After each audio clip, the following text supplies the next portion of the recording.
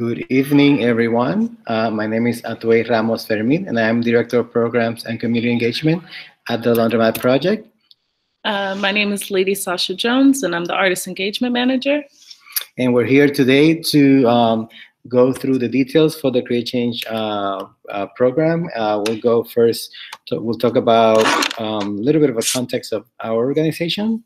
So we'll talk a little bit of the LP, what do we do, what is our mission, our values, and then we'll go into the details for the Create Change Residency and the fellowship. And we'll if you have any questions, feel free to type them on the chat box right on the right side of this screen. So we'll get to them towards the end. But if you have any questions in the meantime, just feel free to type them on the screen. So yes, all right. So the Laundromat Project, we are a arts nonprofit organization, and we advance artists and neighbors as change agents in their own communities, and that's our mission. And we do that through our programs, and we'll go through them in a bit. But one of the most important things is that we guide our work through our values, which are nurture creativity, which means to support and as it says, nurture the creativity that people have, not only artists but everyday folks and neighbors. Be POC center, meaning be people of color center organization, which means that we support the imaginations, the creativity, the knowledge, the wisdom of the diversity of the people of color. So and that's one of the biggest things we put out this year. So that's POC centered and create change. We want to, through our programs, by using arts and culture to create change in the world. So it's not only making art for art's sake. The other thing is we value place, which is really key because our work is rooted in 3 neighborhoods in New York City, in Bed-Stuy in Brooklyn, in Harlem in Manhattan, and Hunts Point Longwood in the South Bronx. And then we write our own histories because it's important for us to tell the story of the work that we do, our artists, our neighbors. So it's important that we tell that perspective from our own perspective, not have someone write that for us.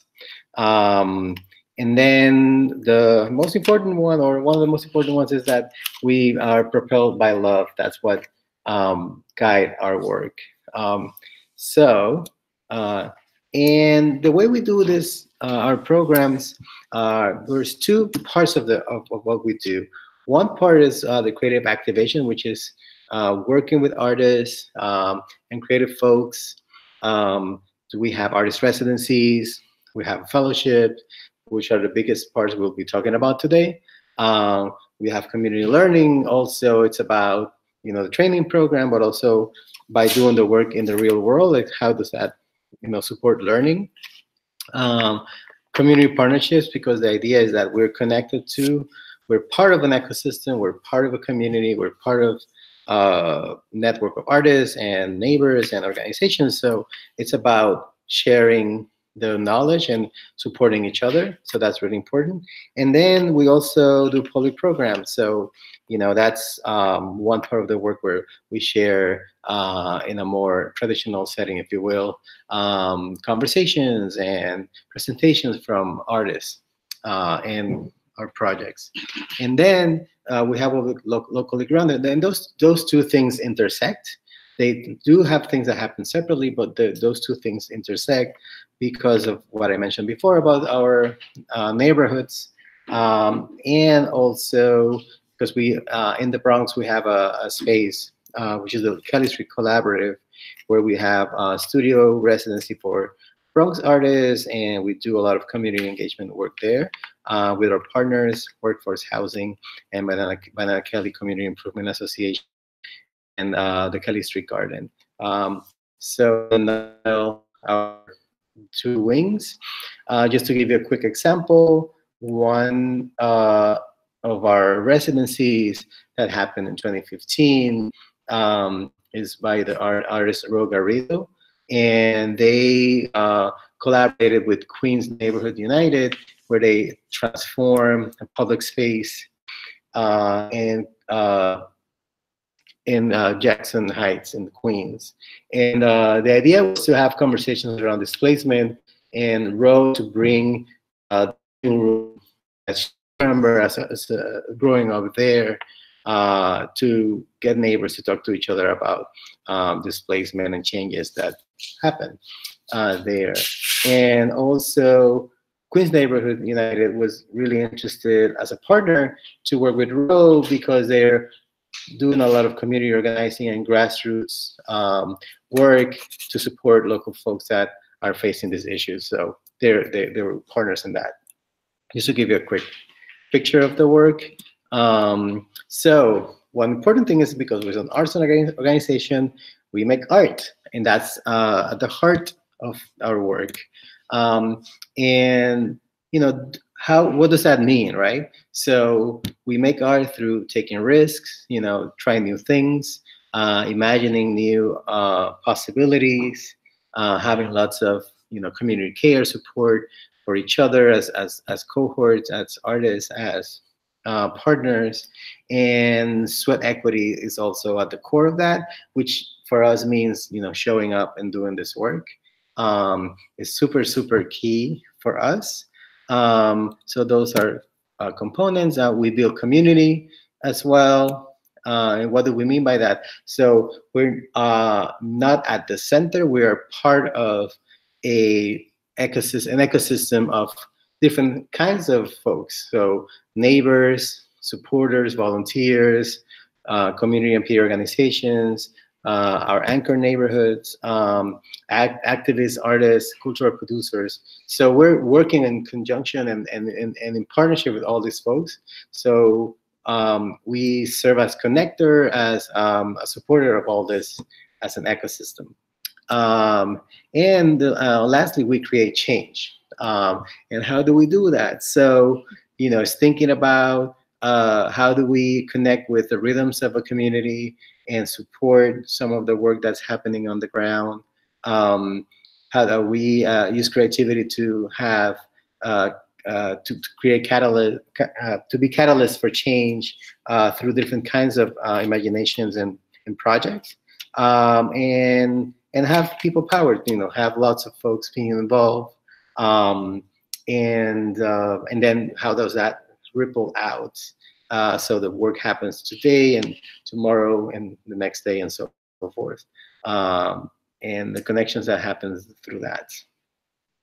So I'm just going to show a quick video of one of our projects so you get a sense of the work from their perspective. This is Lisania Cruz, artist in residence.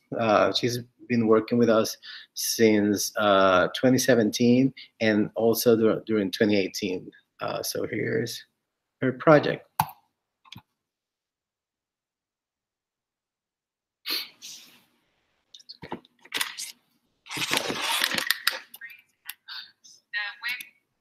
Because then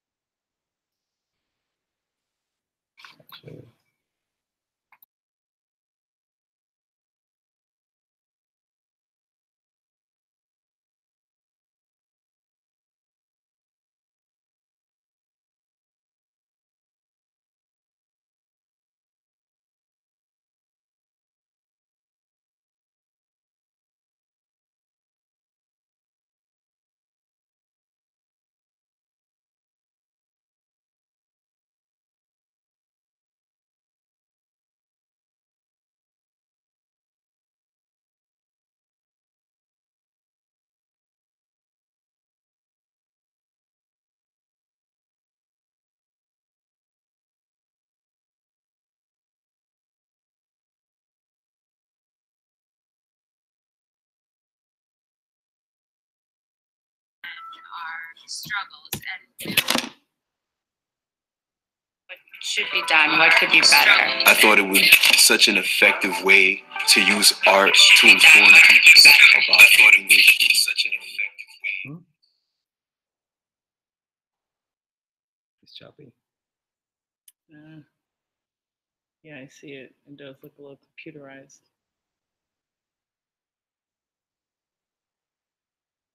Amy, how are you? Ask them if they can hear it now. Oh, never mind. All right, let's see. So we'll move that. All right, seems like there's, okay. All right, can you hear us now? Is it audible? Making sure that you can hear us.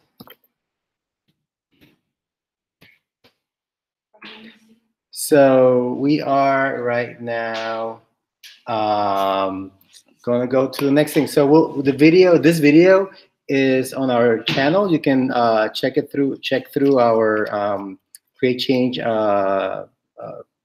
section of it, and you'll be able to see it. Okay, great. Thank you for that, and I apologize for the technical difficulty. I'm going to give it now to Lady Sunshine. Yes. Hey, everyone. Good evening. So I'm going to jump in and talk a little bit about the theme that the LP has set for this year.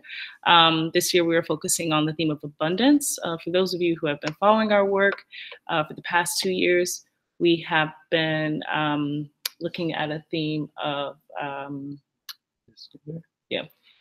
So the year before, this one with the sanctuary, yes, as our theme, yes. And it was a way for us to make sure that we were intentional about the projects that we were getting, and also the things we would like to see in the work. Actually, Lisania's work, the video that we just played, was under that theme of sanctuary, and she worked with immigrants in Brooklyn. So yes, Well, this year we changed the theme. Yes, so abundance. So for this year, 2019, for both the fellowship and residency cohorts, and also just for the organization at large, we'll be looking at this theme of abundance.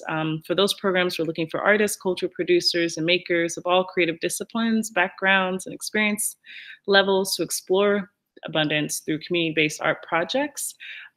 Just as Atwe shared, that's really the basis of our work and those programs. And so how we're looking at abundance or defining abundance, we're framing it through some of the work of Grace Lee Boggs. You can see the quote at the top. Then I'm not going to read through all of the text here at the bottom, but what I did want to highlight is that highlighted text where it shares that we are delving into abundance as a pathway to imagine more for ourselves and our communities. Our creative visions, ideas, and actions can fuel the new ways of making positive change in the world. This is a belief of ours. And through abundance, we know that we are many, that we are more than enough, and that our communities encompass everything we need to work towards an equitable future. So for this year's Create Change program, this theme of abundance is an invitation to learn within a diverse, talented, passionate, and knowledgeable LP community that's striving towards building collective spaces and inviting new possibilities around our work. Oh, you gotta click. This is a picture from one of the projects we've done at Kelly Street Art, one of our partners, where we engage with the neighborhood there throughout the year. This is a photograph showing oral histories of the community in the garden, where folks can listen to some of those stories that show the beauty and the diversity and the incredible resiliency of that community. So just a quick photo of that.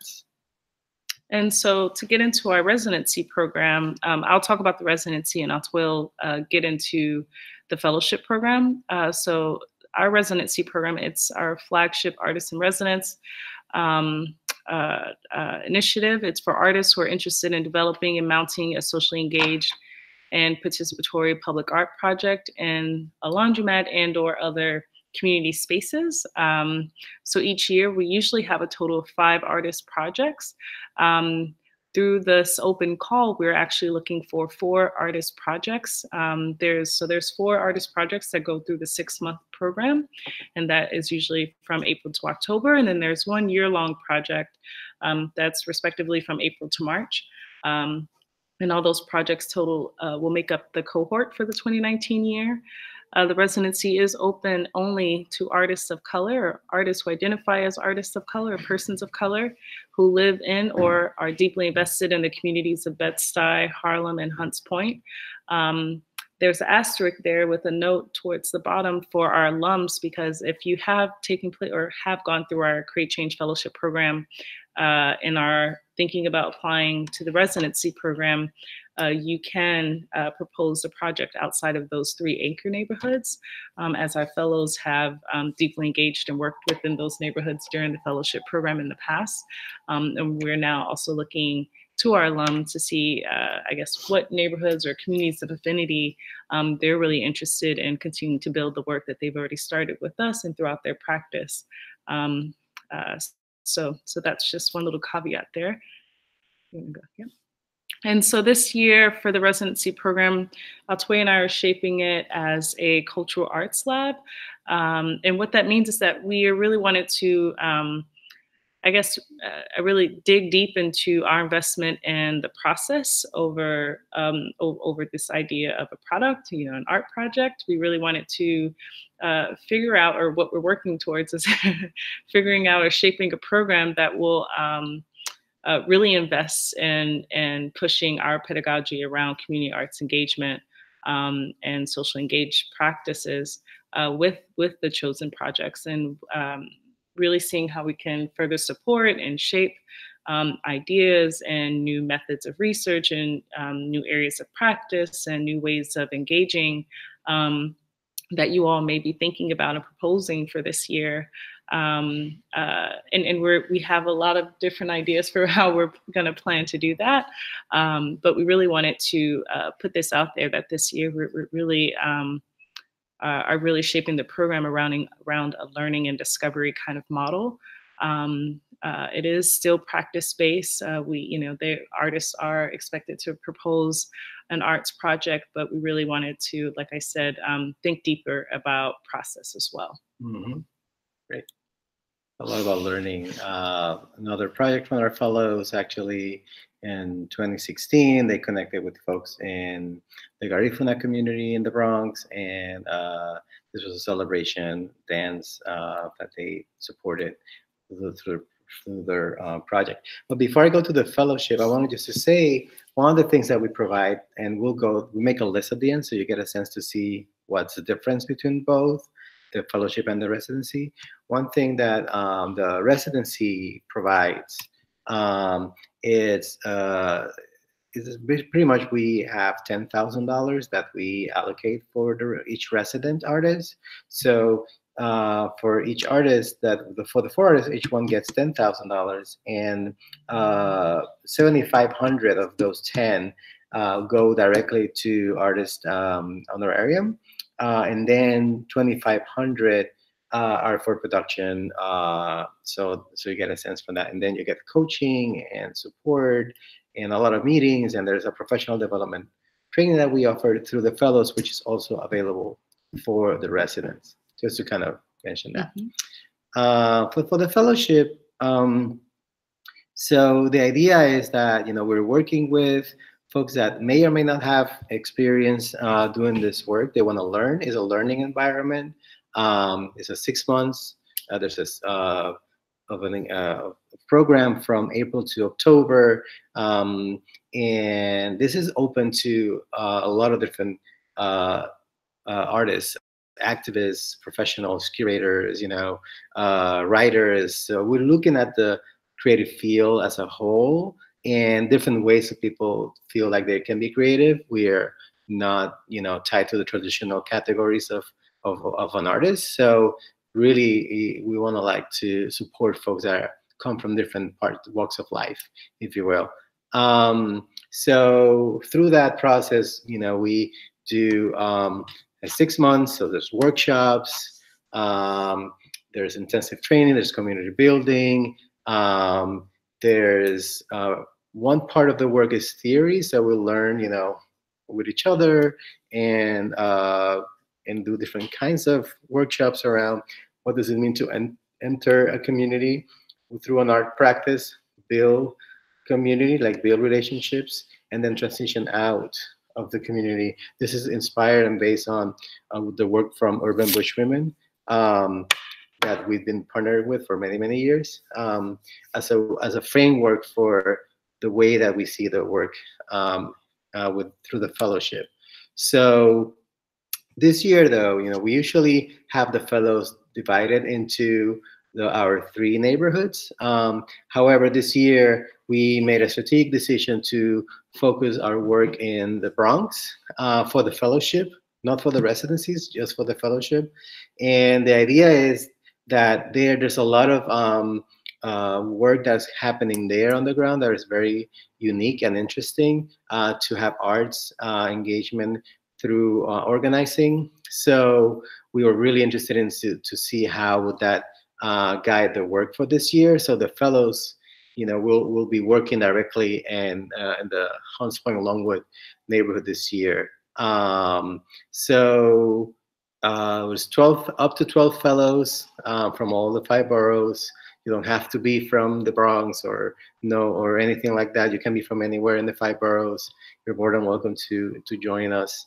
The idea is that folks work in small teams, and we're trying to kind of think about what's the role of art in a neighborhood that is changing, and how do we think about what was the complexities of that, and how can we think creatively about arts and culture at a neighborhood level, hyper local. So there's a question here. I'm gonna just read it out loud. So it says, what roles does the commons play amidst rapid urban change, and how are neighbors reshaping what it means to belong to a city, a neighborhood, or a block? So we're trying to, as a team, to address the question. So we don't have the answers to what that is.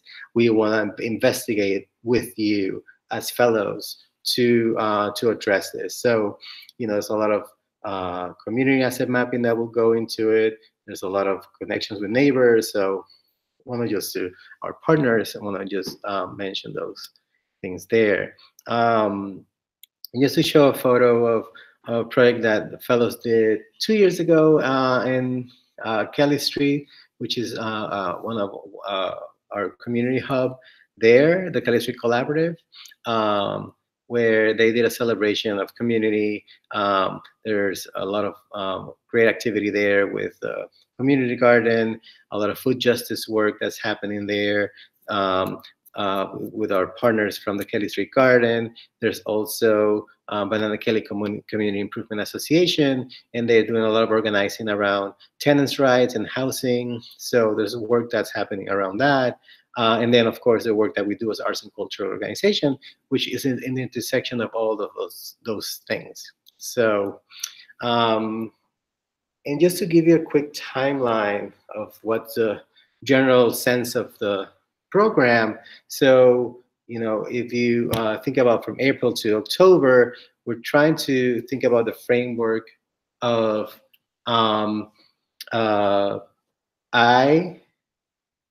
which is, thinking about you as an individual. How do you enter this program? How do you think about your complexity that you bring, the history that you bring, your creativity, what does that mean, right? Then we're thinking about the we, which is more about, between May and early June, thinking about how do you as a cohort, because you're going to, the fellowship, people work together. So it's like going from the I to the we to working together with everyone else around the cohort, the 12 fellows. And then from there, we move to the us. And what that means is like, how do we, after we build those relationships, and of course, this is an ongoing process. You don't stop dealing with the I or the we as you go.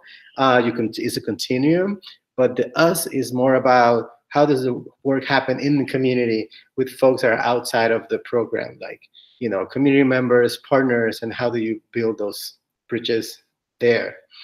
And then just to give you a sense of the general goals for each section of the time. So, one, we start with setting the context of where we are, what's going on in the neighborhood, and so forth. Then we think about how do we enter community, what does that mean, how do you engage in that process.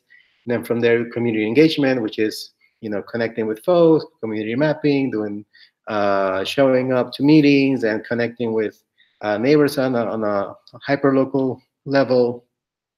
And then we're thinking about how do you transition out. And the idea is that you do a small-scale project that will be your kind of way of celebrating the process and doing the project that you're doing practically in the real world. So, and then from there, we go to reflect, and we do presentations.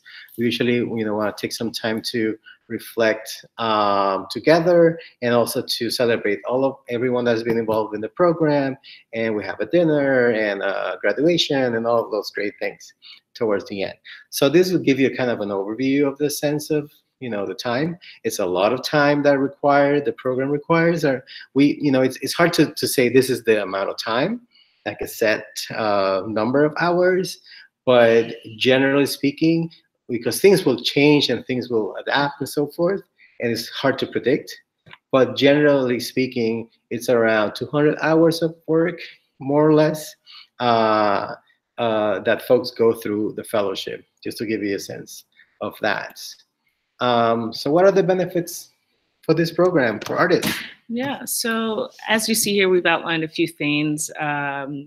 It's a range of things. So from like an access to an incredible range of info designed to deepen and expand one's socially engaged creative practice, and that's done through both of the programs. Access to a peer network of over 100 plus Create Change alumni that are living and working across New York City and nearby cities like Philly and Jersey. Formation of a strong, long-lasting peer network where one can share their creative vision strategies for change. Access to a rich network of local and national peers, activists, art professionals, curators, funders, and these are folks that we definitely bring into the program through our doctor's hours, through the workshops and trainings, through the peer-to-peer learning sessions, through the public programs that'll take place during the programs. So even outside of the cohort and even outside of the community engagement, the program is definitely also invested in each artist's own professional development. And there's a variety of ways that we do that and offer that to you all. So yeah, as alumni, I think in particular, I'll just jump down to that one.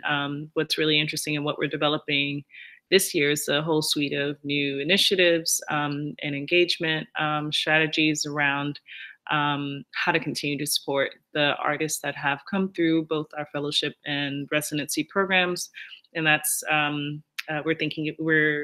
going to kickstart things from micro grants, which we've tested before, but really going to dive deep into that, to special programming and workshops or master classes, or again, furthering your PD, which is professional development opportunities with professionals in the socially engaged arts field in New York City and at large. Yeah, and just to add, because one thing is important, just to add for the alumni. So after you've been through our program, if you're a fellow, you're a resident artist, you've done this work, incredible amount of work and amazing things in the world, we want to keep connected. We don't want to just say, hey, thanks for coming, see you, never see you again. We would like to be connected, and we are thinking strategically about how do we continue engaging with folks throughout their career. So it's not only, next year or the other year, it's thinking about the long term. And this is really important to us. So we have around 160 artists, more or less, that we have worked with through the time that we've been around since 2005. So we want to continue growing that network and continue growing that incredible list of artists, and also to be able to support them throughout their careers after the program is over. So that's one of the things that we're really working hard towards. Just some photos of projects before. So folks ask, do you have to do a project at the laundromat? And it's like, no, well, it's a metaphor. The Laundromat Project is a metaphor, right? So we started doing things specifically at laundromats. However, we have expanded the notion of that, and it's more of a metaphor. It's thinking about where people gather, where people naturally go, either a public space, or a community organization, or public space like libraries or community garden or the park, or is it that specific, the neighbors that walking down the street? So there's different ways to think about this. And just to recap, these are some of the simple ways to distinguish what each folk can do, what are the requirements, and that's pretty much everything. Let's see, that we have. So, for example, there's this for apply. There's no fee to apply. It's free for everyone. There's no fee to do that. So there's a requirement to attend the workshops that we have. So all new fellows and all new residents have to go through that. Must identify as a person of color. That only applies to the residents. So for the fellows, it can be anyone. We're not, making that distinction there. So, and then for thinking about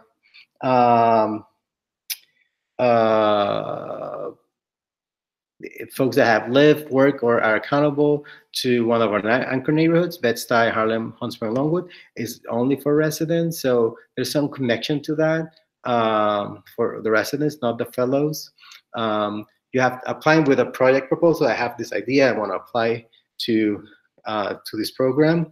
It's only for the residents, and the fellow alumni who has been through the program want to apply for a residency. It's only for them. Do a project in one of our anchor neighborhoods. It's only fellows because we're and residents because we're invested in those places in the Bronx, specifically for the fellows, but for the other neighborhoods, Bed-Stuy and Harlem, for the residents, for example. Applying with a project for one of the 5 boroughs. So, if you've been an alumni before, so it doesn't have to be in the anchor neighborhoods. It can be anywhere in the 5 boroughs. So that that's how it works. And then so let's see, if you're applying with a project for a community of affinity, which just to make a distinction, community of affinity is the Filipino American community, and they could be in different parts of the city. You want to engage with different folks where they are. So just to give you an example of that, and then the awarded $7,500 honorarium and $2,500 production budget is for the new residents and the fellow alumni that do residency. And then alumni professional development opportunities is for everyone that has been through our program. I see some questions.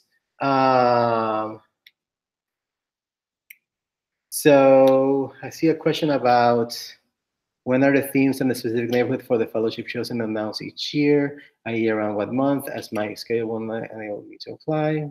Available this year.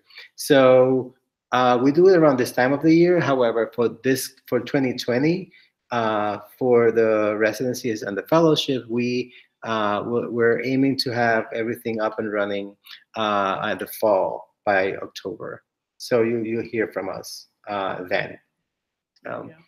Yes, so that's that. And then how to apply. So feel free, if you have any questions, you can add them to the chat box. We have the application right here. We can go through some of those details around how to apply. So I'm just gonna go to the application itself. So right now it's in Submittable. That's the platform that we use for the program. So this is the first thing you see, and the links for this are on the description of this video. And actually, the link to this presentation, the slideshow, is also on the description of the video. So if you want to go through that in your own time, you can do that as well. And this video will be available as a recording after in a few days. So this is what you encounter. You can see down below the 2 applications for each program. So if you go to the residency, and after you log in and create your account for Submittable, you can have access to the questions. So full name, bio, and artist statement. So PDF you can add there. We want a CV, short 2 pages. If you have your project statement, what's your proposal? It's very short, 300 words. For your project, what's your project budget? We have a template you can use to, it's a PDF, or you can have your own template, but just give us a sense like, oh, I would like to, need to buy X amount of paper and hire a photographer, or things like that. So you get a sense of how are you distributing your funds there. You submit that, and then this is a question that is, what is your motivation for applying for the residency, and what does abundance mean to you? And we, depends, we have different ways to get that question. You can either write it down and send us your text. You can record an audio statement, 2 minutes, very short, and send that. Or you can record a video with your phone. You don't have to have professional, do this. You can record yourself with your cell phone, or ask a friend to record for you. You can upload it there. So whichever way you would like to do that. And one important thing we'd like you to address is not only why you want to apply to the program and what abundance means to you, but what values that we have resonate with you the most. So simple statement, and then work samples. And this is depending on how do you work, what mediums you use. It could be PDF, or Word document, JPEGs, MP3, videos, MP4. So depending on what kind of medium you, if you're a writer, you send text. If you're sound artist and audio, so forth. So that represents the best of your work.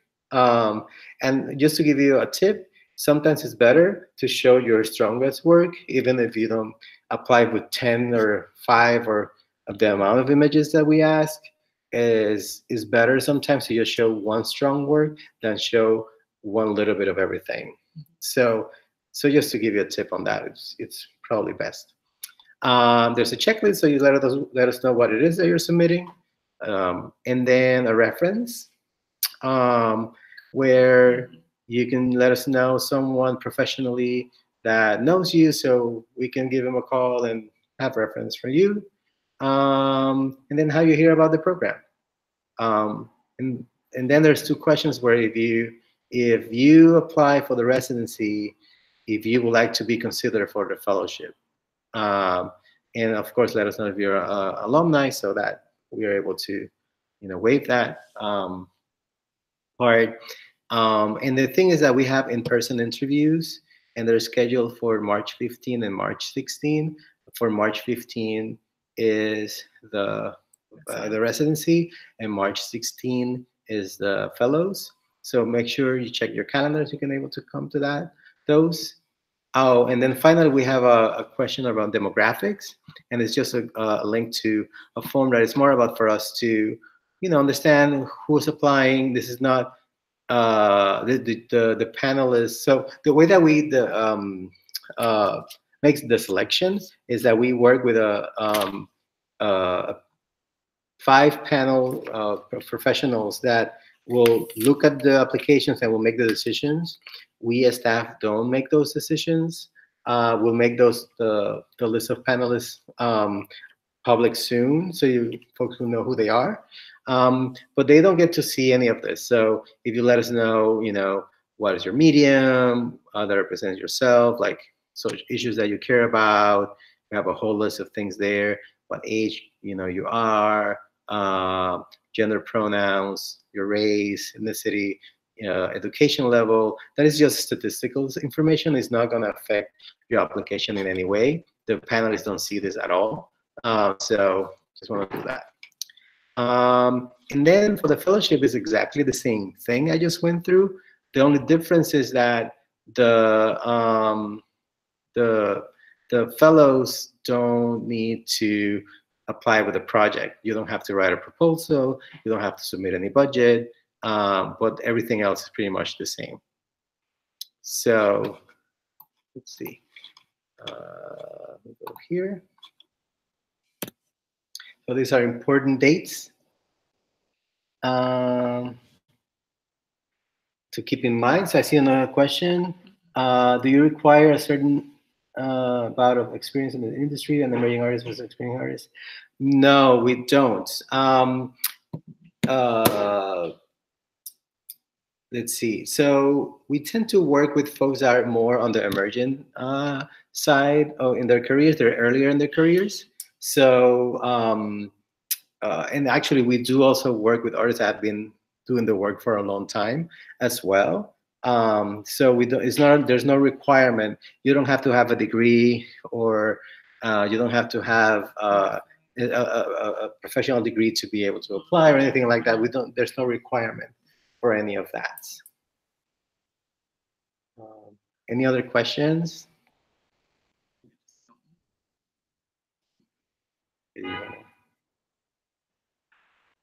All right, so I'll just briefly go through the open call process. As you all know, the application is launched. Important date to remember is that applications will close February 18th at 11:59 Eastern Standard Time. Our next info session, if you have follow-up questions or want to meet the staff in person, we will have a in-person session at our Kelly Street Collaborative Cultural Hub in the Bronx. It's at 920 Kelly Street, and that's on Wednesday. It's from 6:30 to 8. And as Atwi already mentioned, the interview date that we have for shortlisted residency applicants is March 15th, and it'll happen here at our offices, which is 127 West 127th Street. Shortlisted applicants will get more information. We'll email you hopefully by March 8th with more details. And similarly for the fellowship applicants, the difference between the two is that the residents will have one-on-one interviews, whereas the shortlisted fellows will have group interviews, since it's a bigger cohort. And that'll take place March 16th. That's a Saturday, in same place here at our offices. And again, the shortlisted applicants will get more information on the exact time to meet, as well as room number as well. Any other questions folks may have? I hope that, just give it a second. This was useful information. Again, we'll have this video up very soon on the YouTube channel, so you can come back to it anytime you want to go back to certain parts and go through things. And the slideshow is already up. So you can actually go to it directly. The link is on the description of the video. So let's see. I see another question. How can we submit a web-based work as part of our work submission? So my suggestion for that, if it's a link to a website or it's a web address, just put the link on a PDF, and we can get to it through that. Mm-hmm. If it's a link, yeah, that's probably the best way to do it.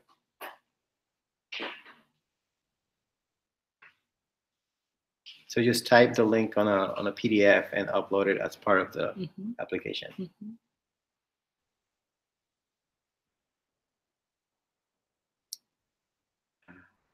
Right. Anyone else has any other questions? We're here for a couple of more minutes.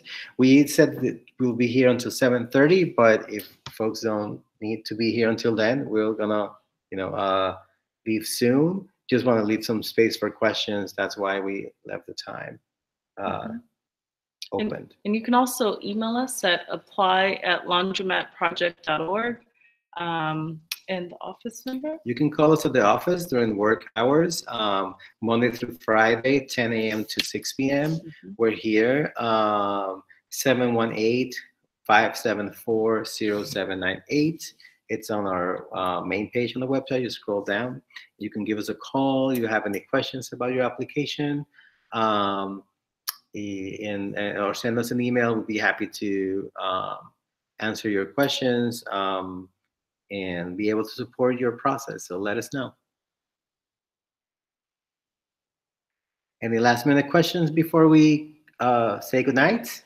We'll give you a minute.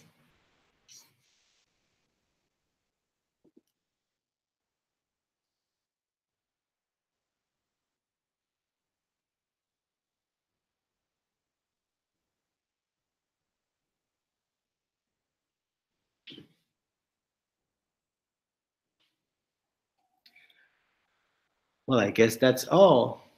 All right. Well, thank you so much for your time and your questions. And hopefully we'll see your applications coming up soon. Alrighty, have a good night. Have a good night. Thank you.